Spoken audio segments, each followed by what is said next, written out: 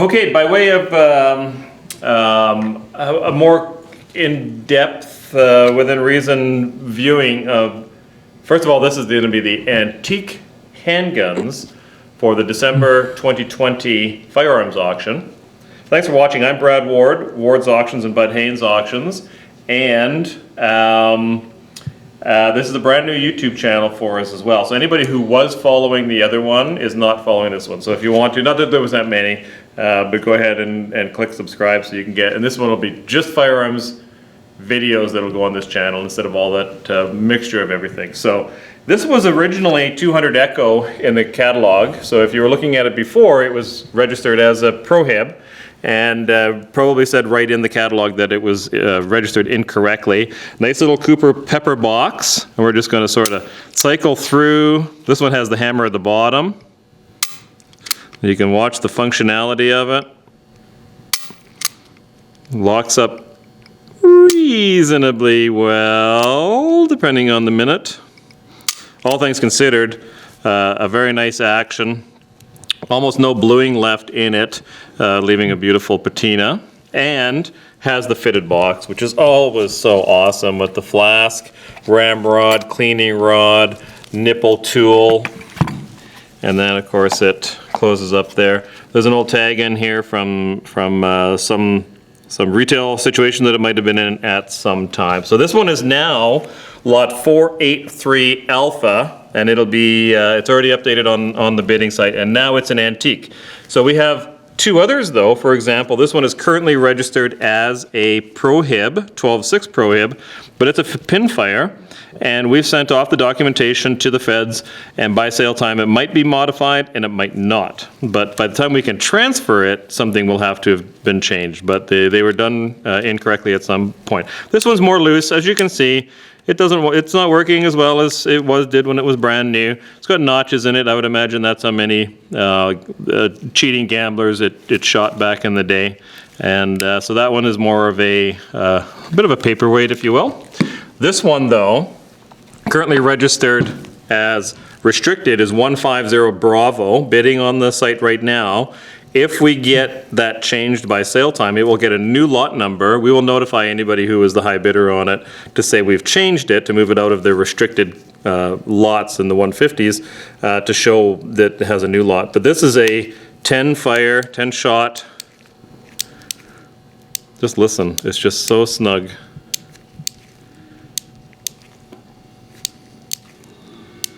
Absolutely wonderful. Even the trigger, you know, I'm gonna dry fire a little bit. Indexing is fantastic.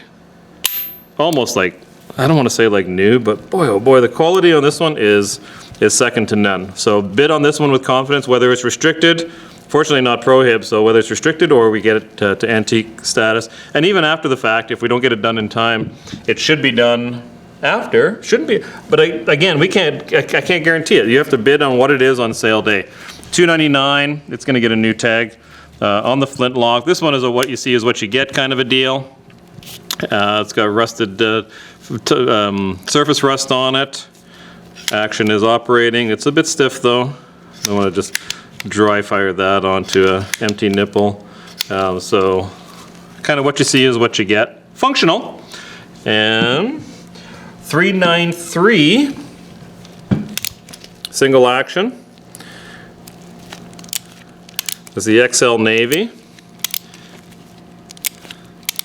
Indexing is good. Let's see if it locks up. It is locked that time. I thought maybe the last time it didn't quite make it. It's indexing right up to the lock. Oh, that one didn't quite lock, but I mean, it's ever so close. And obviously a plated finish. Some of the plating is gone, and of course, as soon as that plating is gone, it starts to get a little bit of surface rust on it. I'm going to dry fire a couple of times. I'm sure it's had more than that in its lifetime. Pretty crisp. So we're okay with that one. And if I was smart, I would go along and cycle and do all the mechanics of these right before we do the video, so that it's a little bit more smooth of an operation during the video. But we're lucky enough to just make time to do the video. So, nice antique piece there. On the Thunderer here, we've got two This one is lesser than the other. You can see that the cylinder is just rotating freely. This one is lot 394. Cylinder's rotating freely. A lot of the plating is still there. Whatever is gone, as you can see, is gets that surface rust immediately. Loading gate locks. Cylinder or the hammer does nothing. Doesn't lock back the cylinder. The action, I mean the double action is there, so it could be disconnected, could be broken, could be missing inside. You got to bid accordingly. $395, if I'm not mistaken, is better. Now we do have an elastic band getting tangled up in there. That's my bad. What's fun, and you're going to see a whole bunch of them in the sale, long guns and mostly long guns, but short guns too, is old Bud Haynes and Company auctioneer tags. So this was obviously bought, put on display in his gun room, and then never done anything with it after that. And it was from when they were at the Great West Inn, because there was a few different versions of the old Haynes tags and addresses, because the hotel itself changed names a couple of times, and then they ended up in a different location when they had their own building. So let me get that elastic out of there. My bad on that one, because you can see it's not cycling all the way. It's not indexing. So trigger is, and this one, the trigger doesn't go forward without being sort of assisted. It will index when it's in the mood. So I think this one's probably quite repairable, but they both need some work. Nice brown patina on it, and let's face it, you're just going to use it as a display piece anyway. $396, a little project is good too though. This one is missing the loading gate, but look at all the engraving on there.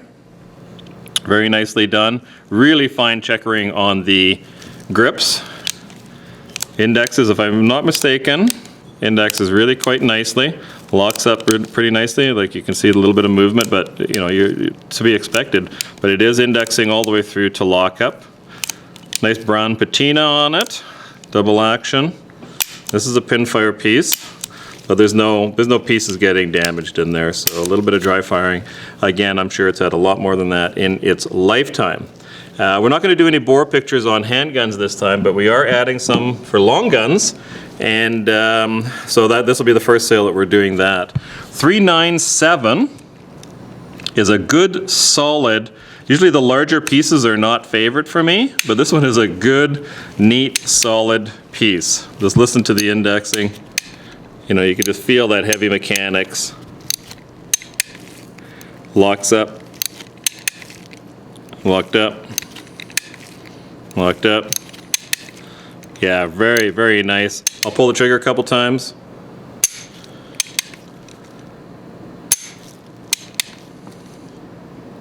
Hopefully that microphone does pick up what I'm talking about, because it's a good solid lock. And then this is the safety. Big, huge mechanical safety on there. Matching serial numbers. I see barrel to there. Also on certain pins, screws. Lots of little matching numbers, and we would have listed those that we saw anyhow in the catalog, so have a peek at that one. This one has more than its share of matching numbers, and so a very nice piece on that one. This one, $398, I hate to pick a favorite child, but it's hard not to. And this one, little French piece, I think I mentioned in the catalog too that it just is extra nice as far as fit and finish goes. I'm pretty sure this was not plated. This is, you know, is it stainless? Is it some other treated white metal? I don't know. But lots of matching numbers, a gajillion matching numbers. And just listen to the...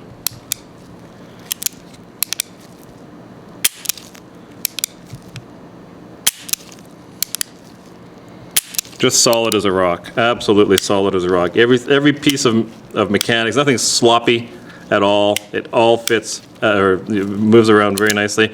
It's probably going to be a little fiddly because of course I'm on camera, getting the extractor rod out. But I mean, it still fits so snugly because you have to pull it out and then rotate it. I mean, it's still so snug after all these years. There it is, moving beautifully. And then again, if you lock it back into position, it is snap tight. Absolutely cream of the crop as far as I'm concerned, and lots of matching numbers on that one. $3.99. We'll go through all the actions in this one. Folding trigger. Virtually no bluing left. I see what I would consider tooling marks. So is that tooling marks, cleaning off, finish? Was it like sort of had a surface rust on it and they were cleaning it off? I don't know. I can't speak to that for sure. But it does look like it has tooling marks. And plus that looks like it would have been pitted. So, or it is pitted. So was there a surface rust on top of that? But mechanically, let's have a look. I'm going to pull the trigger. You see it's a little loose. The loading gate there, double action. A little sloppy on the cylinder and the lockup. I think probably to be expected. Octagonal barrel, fine checkering on the grips. Again, a little bit loose on that. We saw that when we pulled the trigger.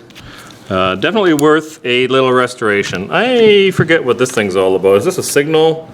Mark IV signal, and oh, I remember there was an issue. Different serial numbers to top and bottom, and the mechanism for unlocking it. Sorry, I'm dancing around with the camera. Right now it's quite loose, and that's because if you actually tighten this thing up and then try to push the button, it doesn't move far enough to open the action. It looks to me like maybe this is the incorrect knob, so maybe this matched the top originally or something. Bit of a marriage, because it's probably supposed to slide inside the hole there, and this shoulder on that screw is actually too proud to fit in there. But that would make more sense, and then it would be sort of recessed in there a little bit, and then you would have movement action. So I think there is possibly some sort of a marriage on that one, 483. Not as much as an antique as it is just a non-firearm. 484 on the percussion. This one, from an action point of view, it does lock, if I'm not mistaken, it locks, but there's no spring action. So then when so this is just loose, there's no spring on the trigger, so broken or missing inside or just disconnected, hard to say. But what beautiful patina, what a neat little piece. This is a Damascus barrel, octagonal barrel, and the beautiful coloring on the patina. You can see old crack there, probably to be expected. For what, and obviously there's nothing magic about a spring inside a lock, so it could be repaired if a person wanted to, but a good display piece right there, and that is 484. 485, a big flint lock. I'm not going to pull the trigger on this one because there is no flint in it, and that just becomes rude, but you can see that it is locking. I'm sure it's had some use. It's got old pitting in there that's been cleaned up. You can still see the name along the top, be it a little bit hard to read. The screw on the top is loose for some reason. I don't have an explanation for that. Honestly, it might have been us having it off to look for serial numbers and so on. Brass trigger guard there with some engraving on it. Smooth barrel, ramrod. So again, you need to have a, hang on a second. Oh no, that's fine. I was thinking that there was no spring in that one. That was a different gun. No flint in it, so I can't show you the sparks, because that would be fun though, wouldn't it? 486 is another flint lock. I'm gonna let you see the sparks on this one. Good heavy pullback on there. What fun. We should display these with or show these off with a little bit of powder in there without actually putting a load in it. You can still see some of the name and so on in there. If there was a finish on the barrel, blue or whatever, it's all gone now. But mechanically, you just saw it works quite nicely. Loose screw, I think that's on us. Probably because we're taking them off on a regular basis, and to look for things like serial numbers and matching numbers and makers' names and that sort of thing. Some of the older ones are harder to work with. Obviously some old cracks. The wood seems unmolested as far as finish goes. Just the metal, if it did have a color on it, it is all gone now. 487. Let's try this little one here. Locks back quite nicely. It's got a good action on it. Again, I'm not going to drop it down on that empty nipple, but it feels nice, that's for sure. A little bit of engraving. I don't see any cracks. It's got good patina. Good patina on both sides. Again, a little bit of engraving. Impossible to know for sure if it was refinished or anything, but there's no obvious evidence one way or the other. Good little pocket piece. 488.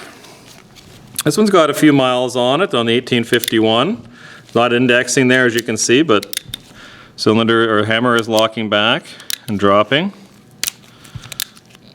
Dropping with a bit of force too, but that cylinder doesn't, oh, there we go. It will move freely, but they're, oh, and it even wants to index a little bit. So the innards are there. They just need somebody to give it a new loving home and an overhaul. It definitely has seen better days, but it gives it some character. 488 is that one. 489, single action, and this one hinges upwards. There we go. We'll just lose the tag right for a minute there. So that, and it locks nicely. Cylinder's locked up there. Indexing. Again, it's like I'm recataloging it all over again because I didn't go through just as we were getting ready to film this. So hopefully everything is the same as the day we cataloged it, because anything can happen with these older firearms. Although the rear sight is a little engraved here, a little carved out piece there, and then a tiny little blade sight on the front, octagonal barrel. Looks like unmolested finish on there, nice brown patina, smooth wood grips. I don't want to drop the hammer on this one because it looks like it drops right in there. So, but I can feel it feels quite nicely, and the indexing is really quite crisp. So, pretty decent piece there. 490, another pin fire. Let's see how we are with this one. It's not locking, but so again, I think we have a spring issue here. So we don't have it pulling the trigger forward. So a little bit of work needs to be done there. And it is indexing when the trigger goes all the way, but you have to make it go forward, right? So the spring's not in there. Let's do a single action. And I have to lock it. It locks. Barely though, mind you. So you need to take it apart. Still has bluing on the cylinder where it doesn't get quite as much handling, and in the harder to wear off areas, which sort of tends to make you think that the bluing that is gone is naturally gone when you still see it in those little hard to reach, the places that don't get rubbed. Nice fine checkering on there. Cylinder does go around. When we do index it, let me just have a look here again. So there's your lockup. A little bit loose, but again, probably to be expected on that one. All the parts seem to be there. 491, I know we're just sort of buzzing through these quickly. Most of the finish is there. There's a nickel plate on there, and it is a tip-up one, but there's no latch at the bottom. You can see there's nothing latching that down. Poor little thing. So again, you need to have a little bit of love. Obviously, it had a corrosive powder in there and it wasn't cleaned properly, so all of the affected areas are right at the end of the cylinder and the forcing cone, where all the mess would have been from not getting cleaned properly. So I'm sure it's quite restorable and be a good little piece once it is done. I guess I should try the pretty sloppy in there too. So it will lock if you help it. It does index, but I think you get the picture. Because even when I do that, it's not lining up properly. So a little bit of love on that one. 492. Heavy, deep engraving on this one. You can see that it's quite deep. It's not a delicate engraving. It's a very deliberate. And it's single action only. Ranger number 2. Indexing looks consistent. Lockup is we'll call it sloppy. Probably fixable, so in some positions it works quite well. Like it's probably the slots in the cylinder more than anything else. Some are better than others. But it is mechanically, trigger and cylinder is working quite nicely. Nice smooth grips on there. Check the catalog for more of the details of the lot number, the matching numbers or non-matching numbers, that sort of a thing. These videos are just to let you watch and feel the action through my hands. So this is a little bit sloppy. 493, Folding trigger. I remember this one being a pretty decent little piece, and I already know what my cameraman's going to say. He's going to say, why aren't you pointing it at the camera this way rather than like this? Because he gave me heck last time in August when we were doing these on the little pinfire, so I'm going to try and get into the habit here now that I'm at the end of this string. But this is the first of the other, we'll do all the other firearms as well. This one is indexing.